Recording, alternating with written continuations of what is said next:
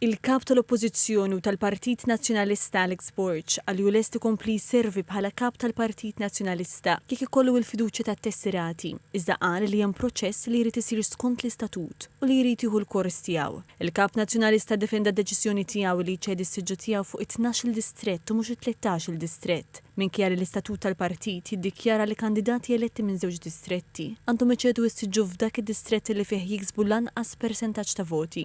Dwar dan huwa qal li fittex pariri legali u kien komdu b'din id-deċiżjoni. Dr. Borch rimarka li minkejja t-telf elettorali, il-partit rażieda fl-interess tal-pubbliku wara l-elezzjoni, għalli madwar 800 persuna daħlu bħala volontira ġodda fih dan il-Partit Nazzjonalista u rċieva aktar minn 1000 suġġeriment dwar kif seta' jtejjeb il-ħidma tiegħu. Wara l-fema li dawn iċ-ċifri juru li hemm nies li qed jaraw futur fil-Partit Nazzjonalista u sostna wkoll li l-Partit Nazzjonalista rnexxielu jinqas id-distakk elettorali bin-nofs u jżid il-voti tiegħu fid-distretti kollha minkejja li ammetta li qatt fadal ħafna xogħol xi jsir. Fost is-suġġerimenti li għall-aktar spikkaw kien hemm il-bżonn ta' aktar preżenza tal-partit fil-komunitajiet. Dr. Borch qal li l-Partit Nazzjonalista ser ikompli jiffoka fuq iż-żjarat fid-djar, kuntatt dirett man-nies u preżenza kontinwa fil-lokalitajiet sabiex jibqa' qrib il-pubbliku u jifhem aħjar il-ħtiġijiet tiegħu. U għażiet li l-partit ser ikun qed jaħdem fuq struttura ġdida sabiex jinvolvi aktar nies internament u jagħmel il-Partit Nazzjonalista aktar organizzat u effiċjenti. Skont Dr. Borch, ħafna nies indunaw bir-raġuni għaliex sejħet elezzjoni bikrija u sostna li kull partit kellu aktar żmien ta' preparazzjoni seta' kiseb riżultat aħjar.